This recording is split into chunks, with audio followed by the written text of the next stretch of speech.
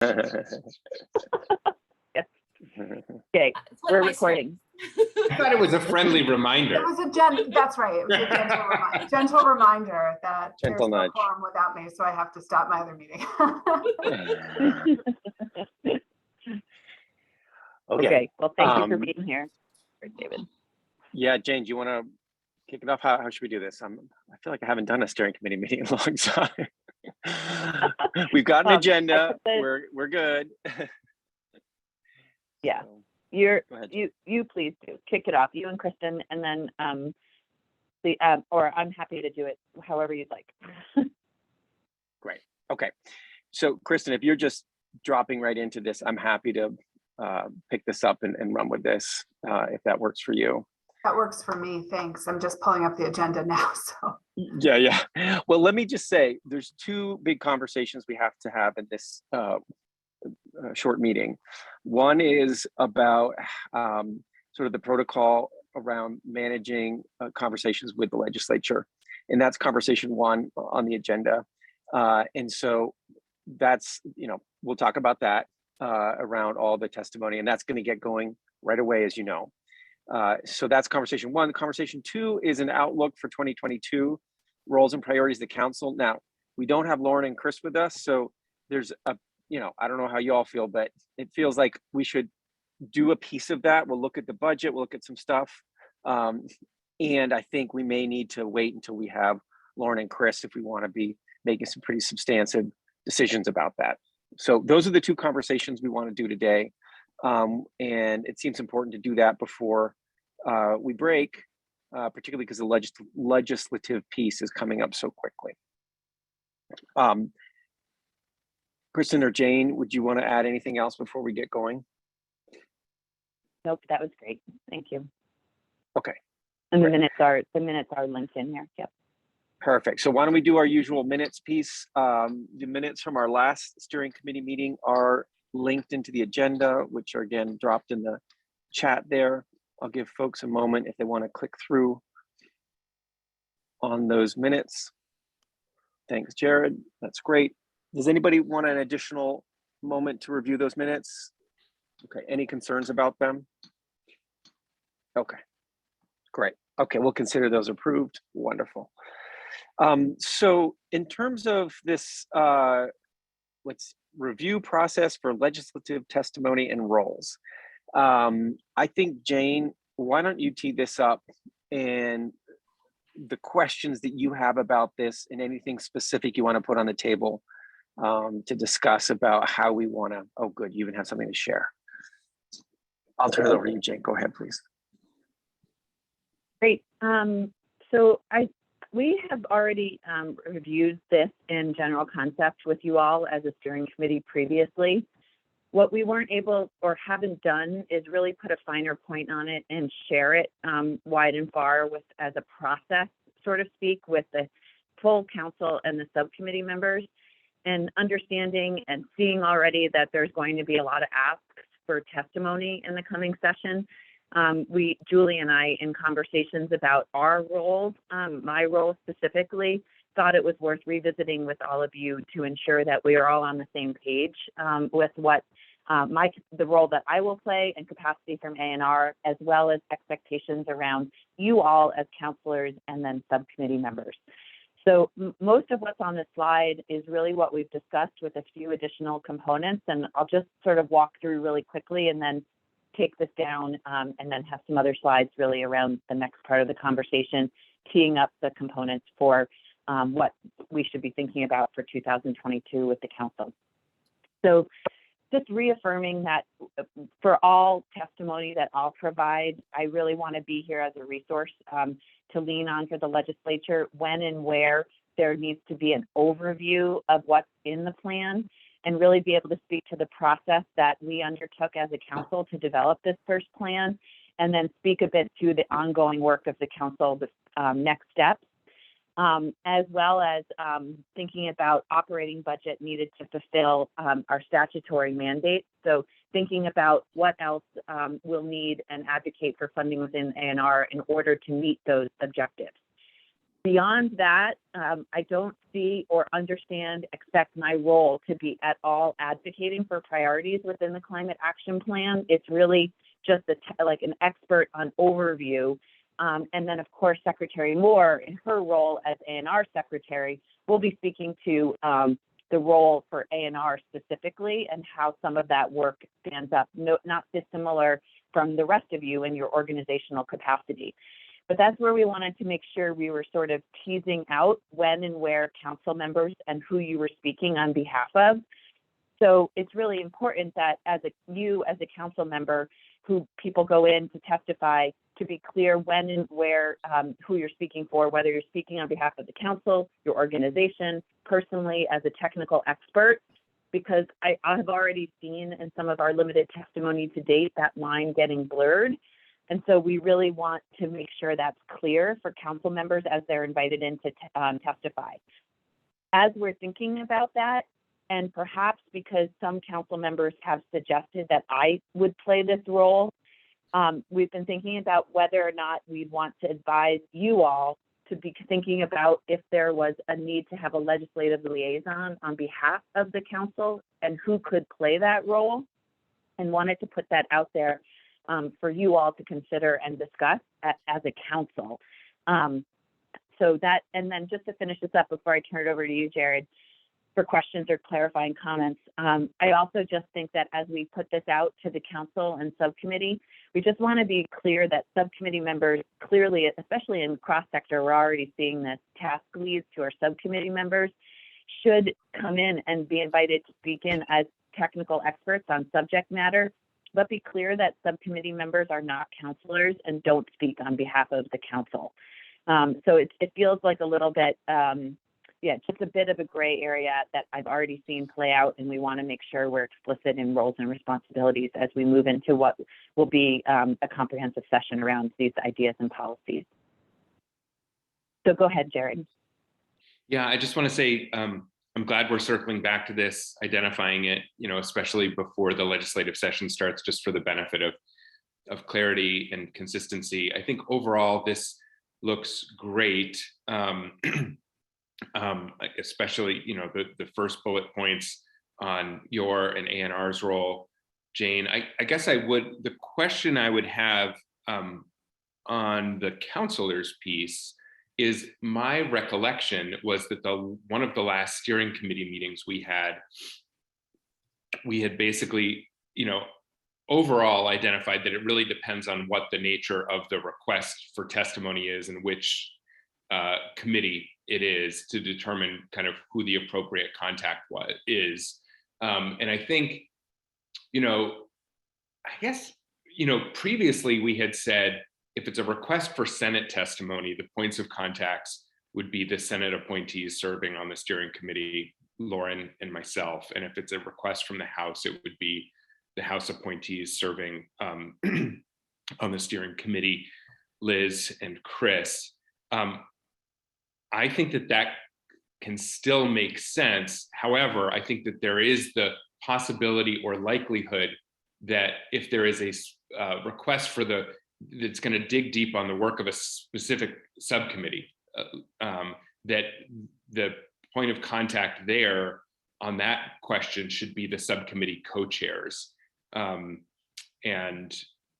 I agree that, on this last point as well, that when there is testimony regarding the plan, it would be best to have the kind of lead testimony coming from the counselor who has been, I can't think of any example of a task group or a subgroup of a subcommittee that doesn't have a counselor or designee as a kind of co-chair. I know that there are some instances of, well, actually, maybe that's not right. Maybe like if somebody wanted to dig in on the thermal sector, neither Dave nor Christine are counselors. So anyway, energy. Yeah. Oh, well, I was thinking of Peter as a designee, but yeah, no, good point taken. I guess my suggestion would just be to help clarify that middle section. I think if it's a request for something that has to deal with the work of a specific subcommittee rather than the council as a whole, starting with the co-chairs. And if it's kind of a general Senate or House request, probably a good starting point would be those appointees on this. Not that we would end up necessarily testifying, but could be an initial point of contact, since I know that Liz and Chris have already testified in been in connection with House leadership and committees, and Lauren and I have done the same on the Senate side.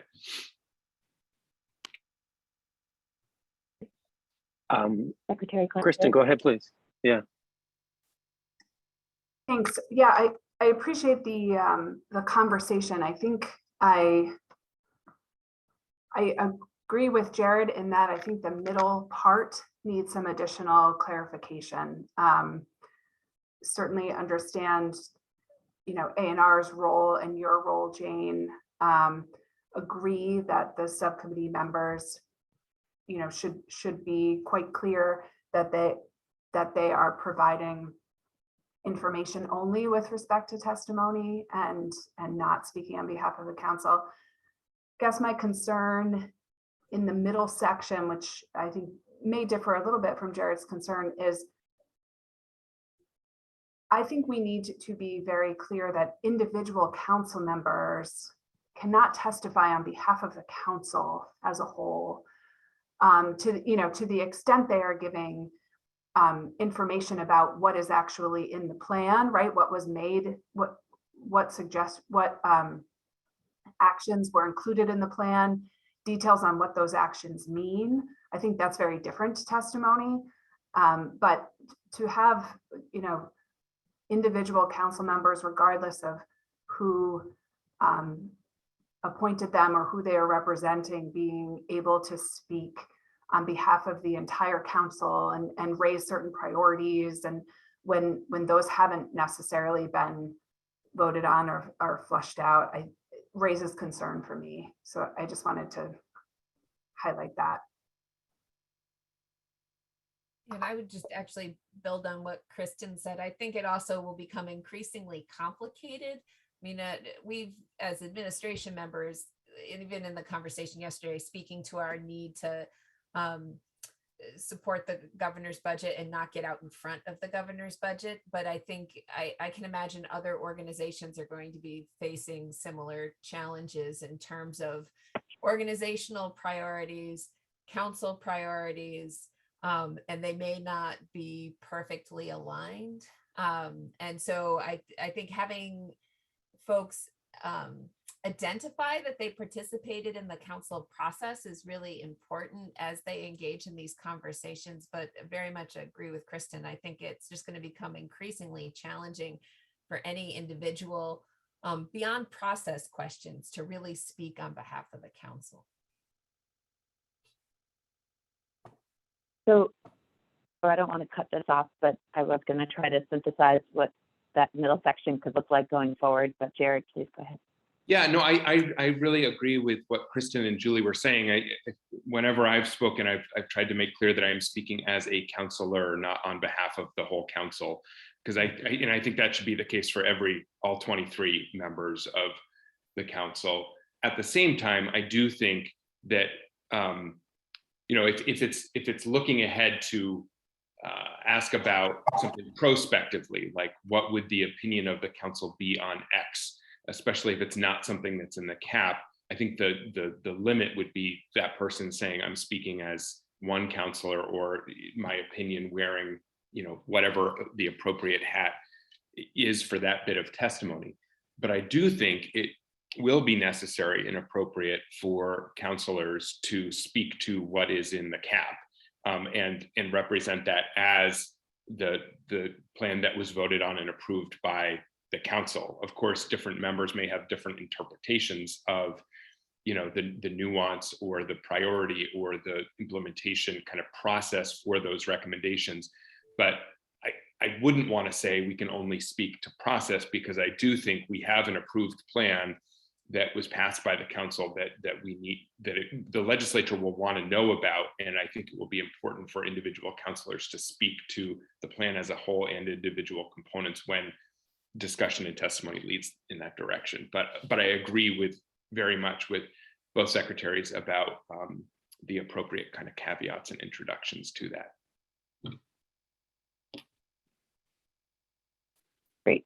So what I'm hearing is in that middle section around counselor testimony, that first and foremost, counselors should identify that they participated in the council, speak to individual counselors' perspective, not speaking on behalf of the council. We would start, if it was a general request for testimony from the House, we would start with the steering committee members appointed by the House, the same for the Senate steering committee members. And from there on out, specific subcommittee, specific testimony around topic areas would start with subcommittee co-chairs, and then appreciate that they may designate to other counselors on their subcommittee, but start with that point of contact. Does that make sense for all of you? Liz, please.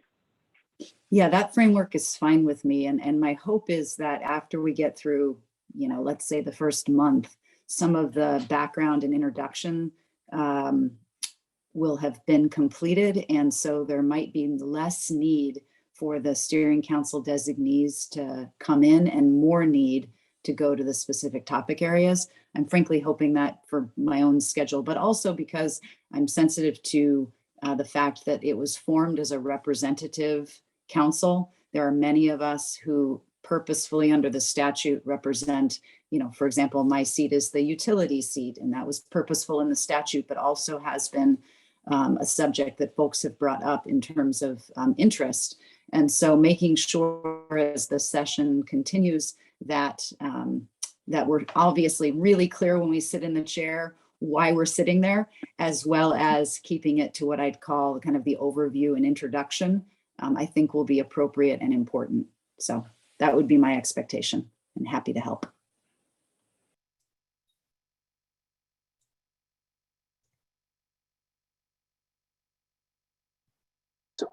Does everybody feel about that, agree Jane? with frame?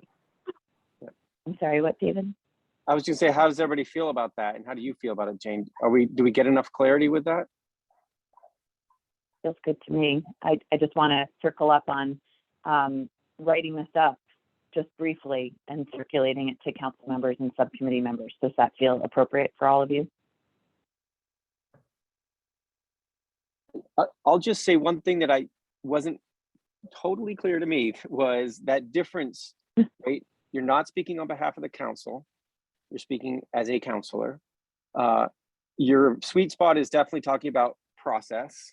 However, as Jared said, it is also likely that you'll talk about what's in the plan, right? And so that's substance, right? And so I just want to make sure that folks are clear, like, yeah, you as a counselor, you can say, these were the conversations we had around this topic, right? So you understand the genesis of this, you understand the intent as I understood it as a counselor, right? So I want to make sure everybody's comfortable with that kind of conversation happening in that way. Yeah. Yeah, I think that's right, David. I think I would just go a step farther to say that there are very clear recommendations about pathways, strategies, and actions in the CAP. And I think it will, when asked about those, they can and should be presented as such, although there may be important kind of qualifying information about, especially around ones where there were dissenting opinions. And it would be important to characterize and have a sense of the kind of broader array of opinions, especially on issues where it was not a consensus recommendation. I think that should be noted, but I wouldn't want to be in a position where counselors can't talk about the substance of the recommendations, especially the ones that were adopted by consensus and that we all agree need to happen if we're going to have a chance to meet the goals and requirements of the Global Warming Solutions Act. Okay, does that work for everyone? I know, Chris, I see your hands up, Kristen.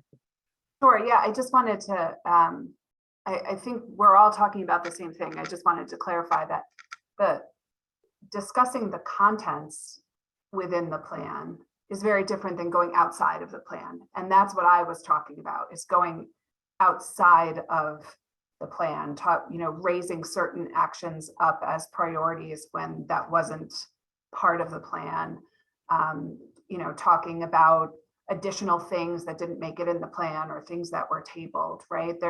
I think the plan is the plan, and certainly counselors can talk about the contents of the plan because that's out there. So I just wanted to make that distinction to the extent there was concern that I was talking about the contents of the plan in addition to process. I think as long as counselors stick to the contents of the plan, that's fine. The plan's out there, it was voted on and adopted, and the dissenting opinions are part of it, et cetera. I'm talking about going beyond the plan is where my concern lies. And I think we have to be really careful about that sort of creep. That's great. Okay. Okay, anything else to say on this? Jane, you'll write that up, circulate it around kind of thing? Okay. Great. Okay. All right, so the next piece is about role and priorities for the council next year. I think the way into that conversation was to look into the budget that was being addressed right now. And there's documents on the page with that we'll walk through. Jane, how do you want to do this? You want to delegate to one of your colleagues there at A&R, or do you want to walk through? Yeah, we're lucky enough to be joined by the experts. So Emily Byrne and Megan Kleinfelter work in our central office as the directors of administration and finance, and they're gracious enough to walk us through our remaining funds for fiscal year 22 and speak to how we've spent those funds in overview and think about what our potential fiscal 23 ask is. I will say this is in the context of, there's been a lot of requests to understand what's left in the GWSA budget. Unfortunately, one of the requests has been repeatedly from Chris Campany, and he's not able to be here today. So this is, we're teeing up this conversation as well as the components that I'll share on the slides as a broader conversation to start with you all today, and hope to sort of use it as a catalyst to have a deeper dive with the steering committee on January 10th, what I'm proposing as our next meeting, and really be thinking about the role of how we bring this to the council and think about work planning in general for the coming year, and the shifting of responsibilities at both the council and subcommittee level so that we can set some expectations. So I imagine Emily and Megan are going to tag team this a little bit, and really appreciate them being here. So I'll let Emily walk us through first the budget, and then we can come back to a larger conversation. Sure. Thanks, Jane. So I'm Emily Byrne. I'm the Director of Finance and Administration for the A&R Central Office and the agency. I will share my screen, which hopefully, since we always work in teams, I can figure out on Zoom. Cool. Can everybody see this spreadsheet? Great. Zoomed in enough? Awesome. Cool. So at a high level, so this is as of the end of last week, where we were sort of spent to date. In FY 2022, the legislature had appropriated about $450,000 for just sort of general operations of A&R support of the Climate Council. This is the same number that was put out in the FY 21 budget.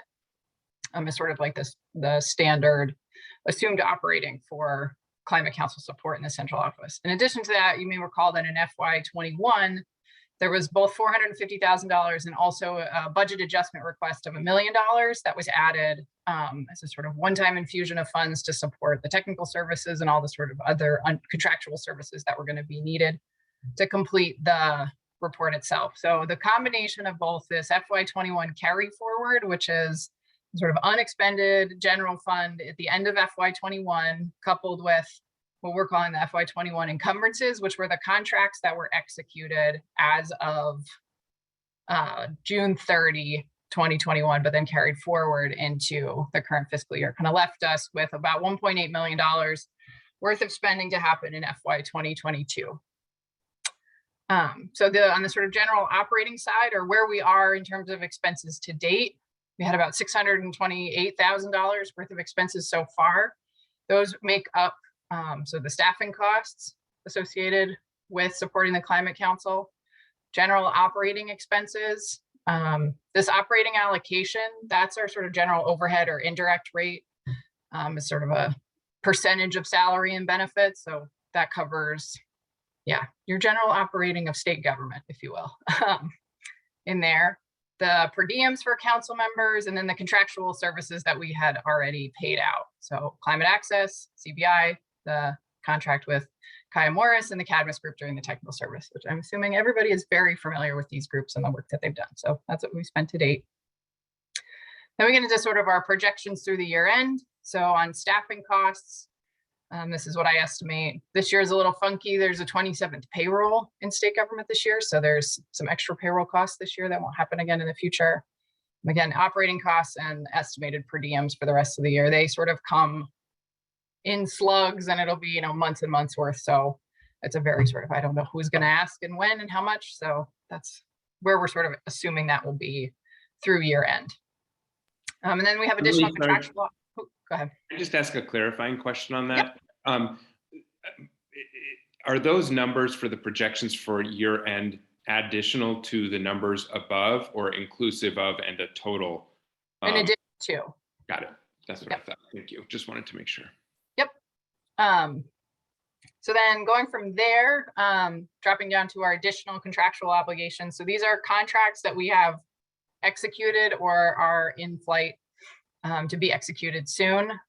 So this is what's out there still. So some more spending on Kaya's contract. We got the website getting built out. They haven't been billed for yet. CBI services, climate access, Cadmus, and the SEI. So some of those I think are just invoices that we haven't received yet, but that's what the contractual obligation is that's out there. So that's another almost $50,000. And then over and above that, conversations that we've had internally and based on conversations that the Climate Council has had in terms of other contractual needs through the end of the fiscal year that will probably carry into future fiscal years, but we'll obligate the money this year and then spend it down over the next couple fiscal years, is for the carbon budget with Harvard. Some additional technical services. I know there's going to be a lot more work needed to meet the 2025 goals, and some technical support that will be necessary. And then the Connect UVM climate assessment. So there's additional $460,000 there. So when we take all of those actual expenses, projected expenses, executed contracts, et cetera, less that $1.8 million that we had appropriated for this fiscal year, we're down to about $30,000 left of spending for this fiscal year to be allocated. I know that was pretty quick. Don't know if anybody has any questions, but. Maybe just briefly to clarify it before you dive in, Jared. I just want to say that it shows as those additional anticipated expenses, there's still discretion in there. Obviously, I just want to say that, like the additional technical services of $350,000, that has not been put to a contract yet or discussed on what the priorities are for that. So, and then the Harvard Forest carbon budget is something that I'll just say that we had hoped we would do in our first carbon budget, which was really the forecasting, looking forward to what our sequestration and storage potential was into the future. And that was what we had hoped to do in our first contract. But because of various reasons of Jonathan Thompson, the contractor who was going to do that for us, wanted to work separate from Cadmus and EFG. And so we've been holding that money in thinking about he wasn't going to be able to meet the timeline of December 1st anyway. And so we've been thinking about that as a component of future carbon budgets. But that has not been contracted yet either, and could argue that there is some discretion around that $80,000 towards how we allocate our technical service contracts in the coming months.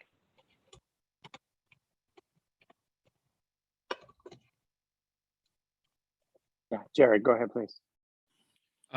Thanks for the overview, Emily, and that additional clarification, Jane. I think one of the main questions I have is, in terms of thinking through this budget and potential additional requests and needed budgets for next year and the year after, one of the big questions is what is in that $350,000 of additional technical services, and how much of what we need to do over the next year can be covered in that versus how much would go beyond that.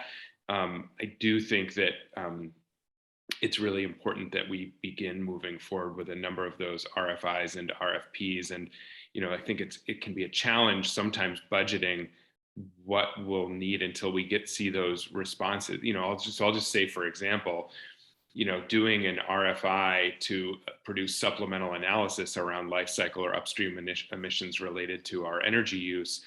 I think a lot of that is going to be work that will be original work that no one has ever done before, certainly characterizing some of the life cycle emissions related to RECs or electricity sources. I'm not aware of any state that has yet done that type of analysis. So, I'm just flagging that I think a number of these things, I don't think any of us have a way of knowing what those potential expenses would be at this point, but I think that there are a number of areas where original significant research may end up being necessary that could be in order to move forward with the commitments we've made as a council on the kind of research and analysis side. And so I guess I'm not saying anything anyone doesn't know. I guess I'm just highlighting something that I think we're going to have to wrestle with, is how to kind of project some of those unknown expenses and how much we can kind of set aside within that existing 350 for technical analysis versus how much of an additional ask will be necessary to make sure we can move that work forward and meet the kind of commitments the council has made to move forward a lot of that work. And that's just on the research and analysis side. It doesn't even speak about other ongoing expenses, which are very important as well, but just as one example. Thanks, Jared. Julie, did you want to comment on that specific thing or something else? I think to sort of pick up and build on what Jared said, and I think Jane has another slide that'll get to this. Some of these things are statutory mandates that remain outstanding, and other things are, I guess I would call them nice to haves. I appreciate, Jared, you're referring to those commitments the council has made. But absent the funding from the legislature to do these things, I don't see how they get done. Whereas the statutory mandates, I think the agency in particular has an obligation to chart a way to try to undertake at least some of that work. And those may, I think having a clear articulation of priorities from the council going forward is going to be really important. Because of that, they're sort of maybe not infinite, but a long list of things that we would anticipate like to do that may go well beyond the budget available to us. I also think the council ultimately is going to need to come up with a figure to present to the legislature in terms of what they believe it would take to fulfill those commitments that are identified within the climate plan. The agency's budget request is likely to look not dissimilar to what it has in the past, in part because that's the way the legislature laid it out for us, with providing core funding for staff, the per diems, and a handful of the other administrative expenses associated with the plan, but not necessarily for that above and beyond work. And I think making sure folks understand both what the requirements are from the agency's perspective, what the opportunities may be, and who the decision makers are is going to be it's an important framing for this conversation. And to be super clear, Julie, the statutory requirements on ANR right now related to GWSA, which are they? So there's work around developing a framework for monitoring and assessing progress, and then the municipal vulnerability index, or climate. I think in the plan we may have referred to it also as a climate toolkit, but those are things that are specifically identified in the act that need to be addressed and remain outstanding. Right. Okay. And in that 350 figure, are you assuming some of that goes to that, or you're thinking more like the next fiscal year? That's a great question. Yeah. I mean, I think part of our challenge at this point is we have some additional work that we need from CADMAS And it may bleed into that monitoring and assessing progress. I believe they're preparing sort of a scope and budget for Jane or for our consideration, so that we at least have some sense, very much to Jared's point, of understanding the magnitude of the resources required to be able to do that work. I don't know that that we can commit to going directly with Cadmus. That may have to go out for an RFP, but it'll at least give us a hopeful an order of magnitude of what's required. But from my vantage, with those remaining dollars, the priority has to be to the statutory mandates we already have. So why don't I just share my slide real quick, because Julie sort of started to hit into that real quick.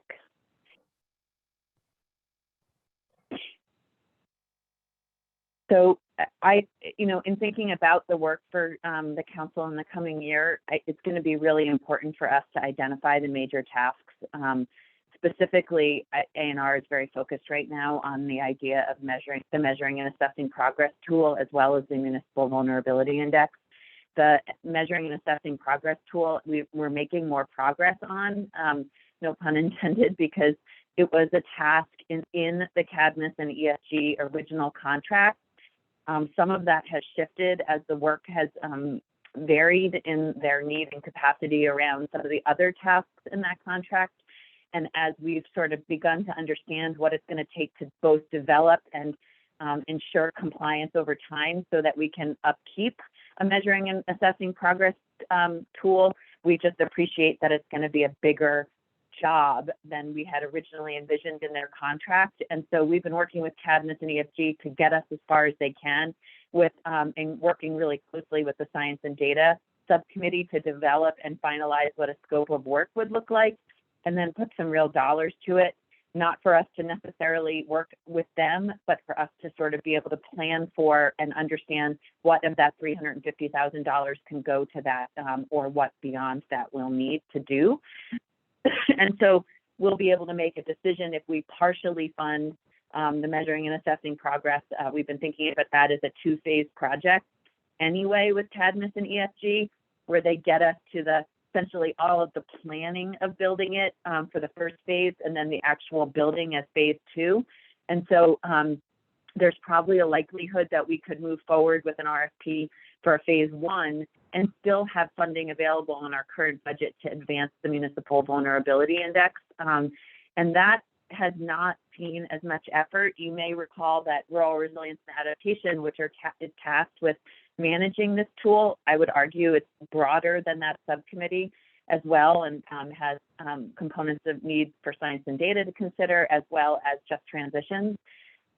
We'll want to be thinking about a group that manages and plans for the development of that RFP. And that will take a number of months, I would imagine, still from now, just to think about and envision what we'll even think about for a contract with that, and therefore what the ultimate cost of that will be.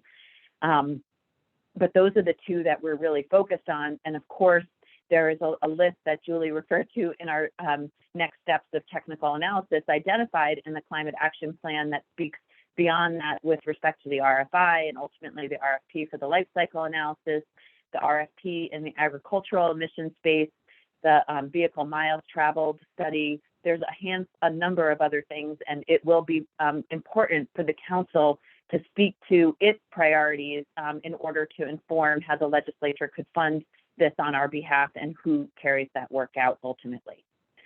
So just briefly, before I open it up and stop sharing my slide here, just in thinking about the council's responsibilities in the coming year, there's clearly some other discrete tasks around the transportation space, in particular, the biomass tabled suite of actions that require some work, either in service to the council in a decision-making role at the subcommittee or task group level.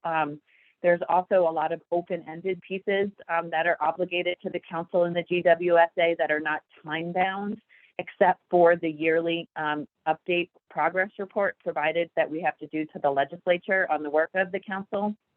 Beyond that, there's just a lot of open-ended components that Just Transitions is spoken to, and other And that we'll have to be thinking about what, if any, priorities out of that will be focused on and on what timeline for the council. I think there's a real open-ended question about the role of the subcommittees going forward, understanding if the composition still makes sense, how often they need to meet, if they need to meet at all. That is something that will need direction, and I think subcommittees in particular are looking for that from the council and staff to provide to them.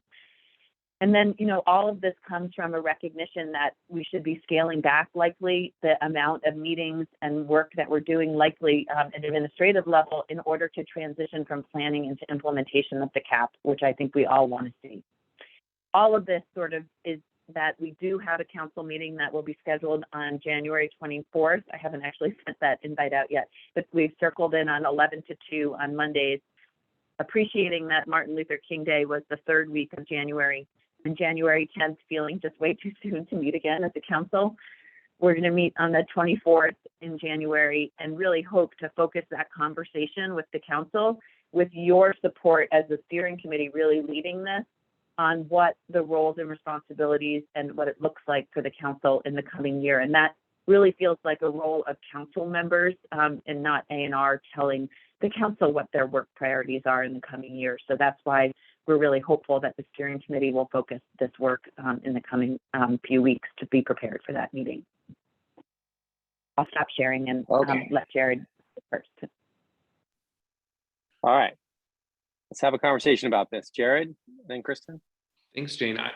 Thanks, David and Jane. I just wanted to pause to thank Jane and Julie for both what you did last year to really think holistically about the kind of council budget needs and make sure that that was included in the budget, and for doing that again this year. I guess I'm noticing though that it gets back to this prior conversation of hats, right? Because the council budget is within A&R, but you're also advocating for an A&R budget, and there may be kind of portions of the council budget where I think it's really important for councilors to step up and kind of describe the necessity. I guess my first thought is just kind of around initial framing. And, I could imagine that, certain folks would say, well, why would the Climate Council need as much funding after we've just delivered a climate action plan? And to me, I feel like the need at least stays the same or perhaps goes up because we've kind of put pause or identified a lot of the thorny issues that are going to need a lot more research and analysis. And we know things are going to emerge throughout the year. So I just want to say, I think it is really important to get right the monitoring and assessment and to build that for the long term in terms of transparency and quality and rigor, and make sure that that can be something that exists year to year. I think it's really important that we invest in careful analysis, both that's statutorily obligated and that we identified was really necessary to making further recommendations, not just on things like land use and land use change emissions and life cycle and upstream emissions, and but also on some of these emerging things that there just wasn't time for in the first round. Deeper economic analysis. The pathways analysis was really just about the technologies and the best practices that can meet the emissions reduction requirements. There was no policy analysis there. And so, for instance, as the cross-sector mitigation subcommittee starts assessing potential alternatives that could basically play the role that TCI would have played in terms of ensuring emissions reduction and investments in cleaner, more affordable transportation options, I think that there's going to be a need to invest in analysis of some of those policy options. I think some of that can happen at the subcommittee level and by councilors, but I guess I just want to say, to me, the starting point is probably a similar budget, if possibly expanded, not going down, because there's still a lot of really thorny, important work that remains to, I think, really meet our obligation to continue improving and revising the plan and answering questions that were left unanswered in parts of this initial plan. Thanks, Jared. Yeah. Secretary Hauser, go ahead, please. So I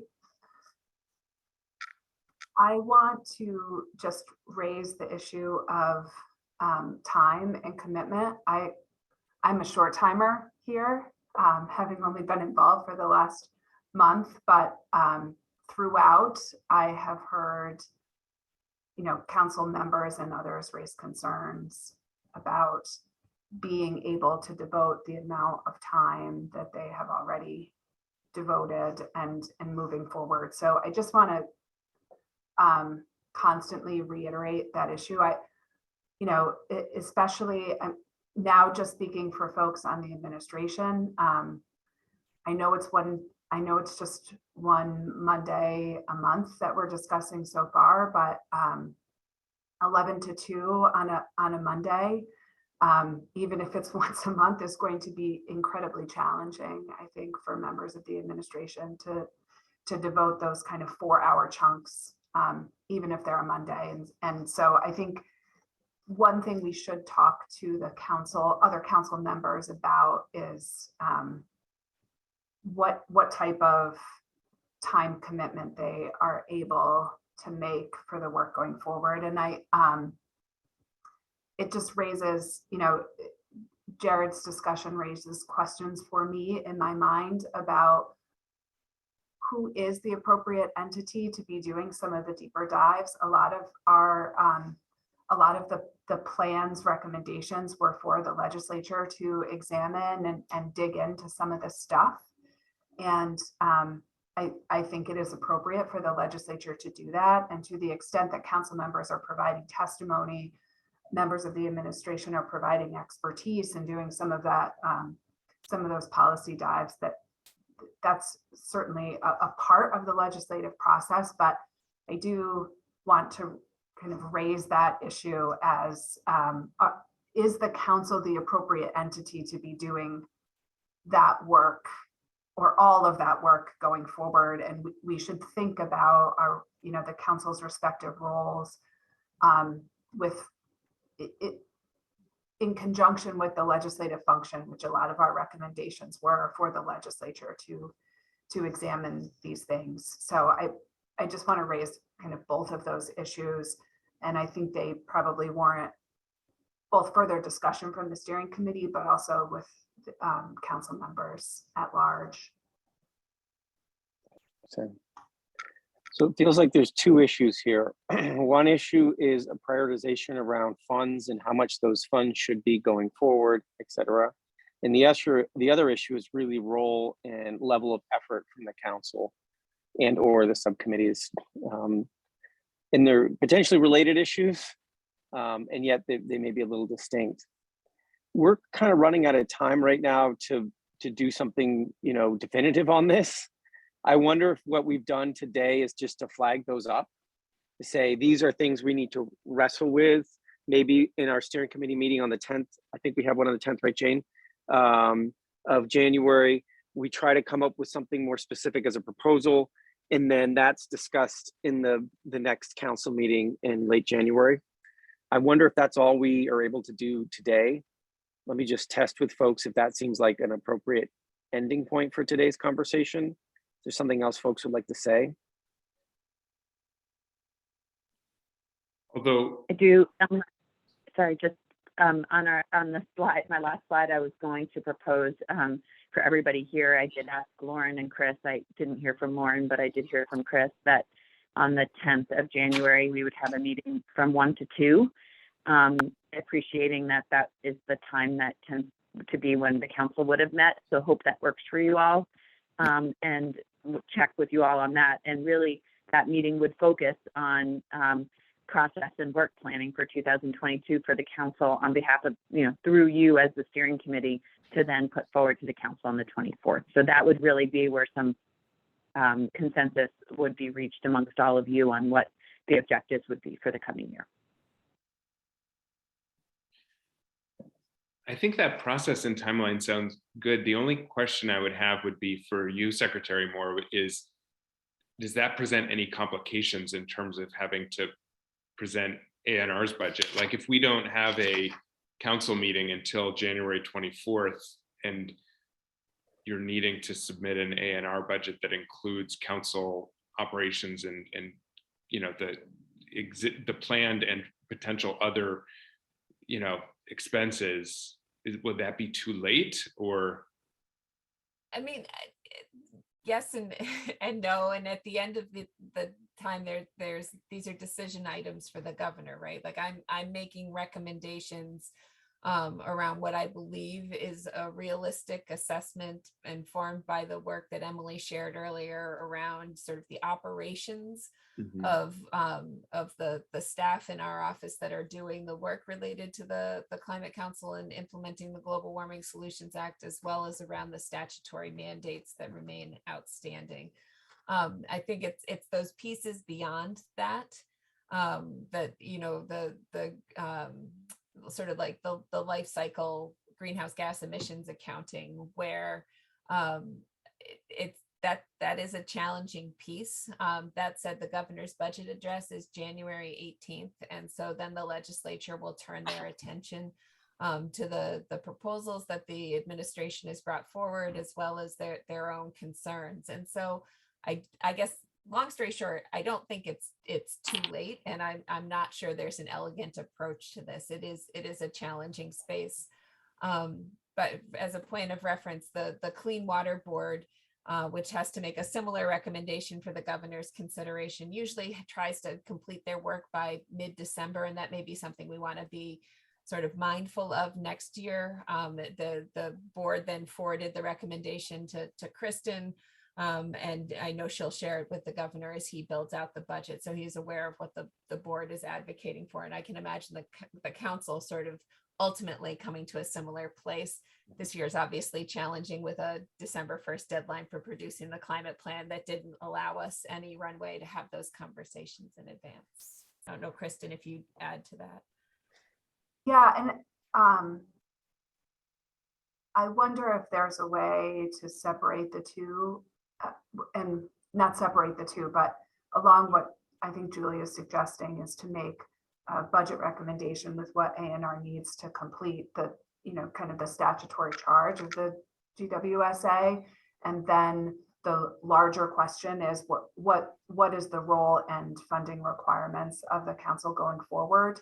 To the extent we could separate those two things to make sure that there's at least funding to finish what's required and what has already been started, and to round that up, but then also leave open the potential for a recommendation to be considered kind of, you know, it'll be post-budget address, right? But that happens. And it would be, that's where it gets a little tricky, as we've already pointed out. Is it a council recommendation? Is it, you know, it's a tricky scenario for A&R as well.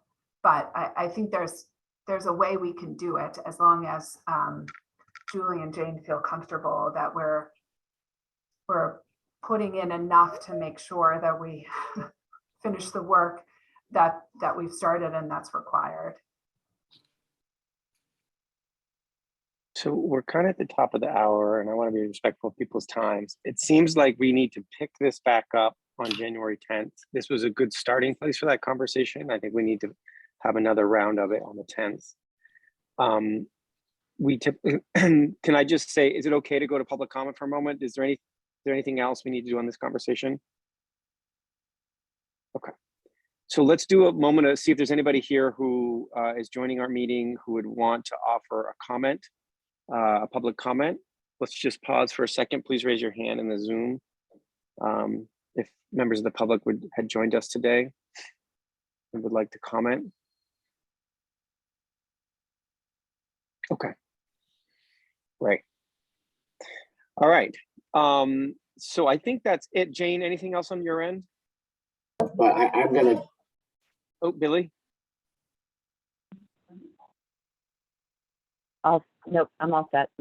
Thank you. And I will send immediately after this, I'll send out the invitation for the 10th from 1 to 2. Great. Okay. Anything else, anybody? Okay. Everybody Awesome. have a great holiday and New Year.